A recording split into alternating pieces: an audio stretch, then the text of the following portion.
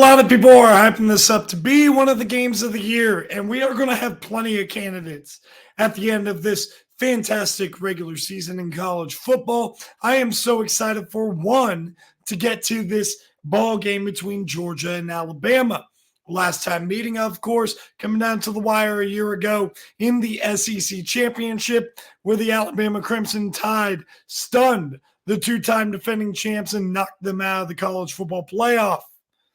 Well, in this ball game, you have two completely different teams, but similar at the same time. Year one under Kalen DeBoer here, off to a pretty nice start with some explosive offense, exciting offense, and you would think you would get that with the Kalen DeBoer ran offense. Jalen Milroe, he's well protected, but when he is pressured, he does tend to struggle. This man, I think, is trying to prove a little bit too much that he's not just an athlete. He can kill you in the pocket a little bit too.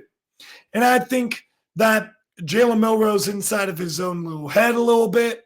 But then also you get a guy in Kalen DeBoer who usually does like a little bit more of that pocket presence from a passer. It reminds me a little bit of when Justin Fields was at Ohio State, in particular in 2019, when they didn't have a good choice as a backup quarterback. It was Chris Chugunov and Gunnar Hoke. And if you haven't heard of either of those guys, exactly.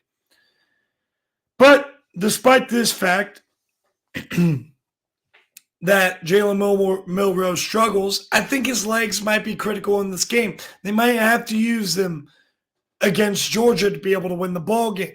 Georgia is a team this year that has pressured the quarterback 10 times per game. It's pretty impressive, even though they're going to be trying to do that without Michael Williams in the lineup, more than likely at least, who has been out since the Clemson game. I'm going to be looking at this Georgia offense, though, and they're going to have to find explosive plays, find big game gains through the air, and they're going to have to do it with some guys that have been there for a little while or one of the transfers. You got Colby Young, the transfer from Miami, who I think is a really solid player. You also have a couple of guys who have been there. Dominic Lovett, who transferred in from Missouri, not necessarily a big play threat, a good slot threat, but the big play threat is the burner who has been around Athens for a while, Arian Smith.